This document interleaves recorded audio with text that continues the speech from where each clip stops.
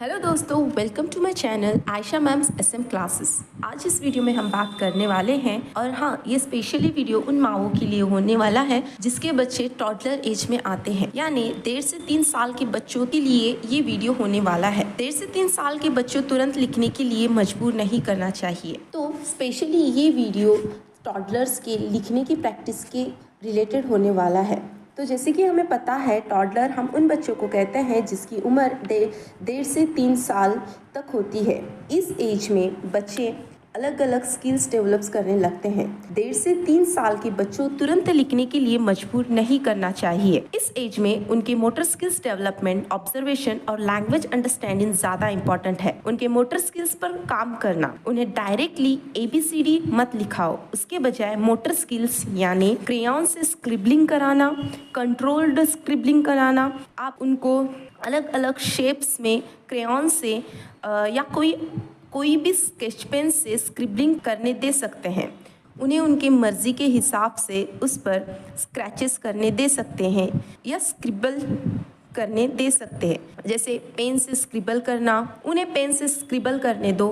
Play dough से shape बनवाना, beads string करवाना, ब्लॉक से खेलना, ये सब एक्टिविटी इस टॉडलर एज में हम बच्चों से करवा सकते हैं। ग्रिप प्रैक्टिस के लिए थिक यानी मोटी क्रेयॉन्स या जंबो पेंसिल यूज करना चाहिए। पेंसिल जबरदस्ती पकड़ने की प्रैक्टिस मत करवाना। पेंसिल कैसे पकड़ते हैं ये सब करने से नेचुरली पेंसिल पकड़ना या पेंसिल की ग्रिप को हैंडल करना बच्चों को ऑटोमेटिकली आ जाएगा। अगर आप इतने कम उम्र में जबरदस्ती लिखवाने लगते हैं तो इनसे इमोशनल और फिजिकल डेवलपमेंट पर नेगेटिव असर पड़ सकता है। जैसे राइटिंग एक बोरिंग एक्टिविटी लगने लगती है, उससे राइटिंग से नफरत होना व हाथ की मसल में स्ट्रेन्स। इस एज में उनके हैंड के और फिंगर्स के मसल्स पूरी तरह से डेवलप नहीं हुए होते हैं।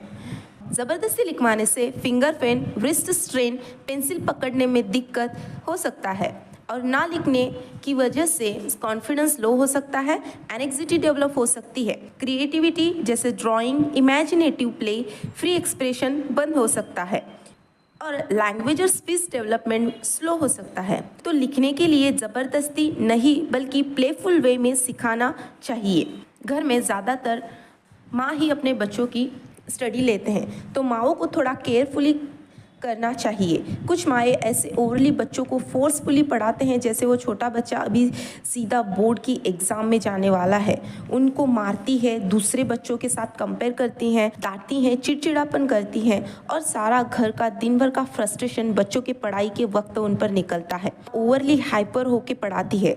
सब माओं को अपने बच्चों की लर्निंग कैपेसिटी मालूम होती है, फिर भी कैपेसिटी से ज़्यादा फोर्स कराती हैं। इसका बच्चों पर बहुत ही नेगेटिवली इफेक्ट होता है। तो आजकल की ओवर स्मार्ट, ओवर हाइपर माओं को बच्चों को पढ़ाते वक्त थोड़ा ध्यान से उनके इमोशन को समझ के पढ़ाना चाहिए। Hope all of you guys understand, specially for those who are taking study of toddlers. इस एज में स्टेप बाय स्टेप टॉडलर्स की राइटिंग के रिलेटेड वीडियोस अपलोड होंगे और जो भी टॉडलर रिलेटेड वीडियोस हैं वो टॉडलर जोन इस प्लेलिस्ट में दिए जाएंगे, वहाँ जाके आप उन्हें चेकआउट कर सकते हैं। So please like, share and subscribe to my channel and press the bell icon and feel free for comment and your suggestions. Thank you.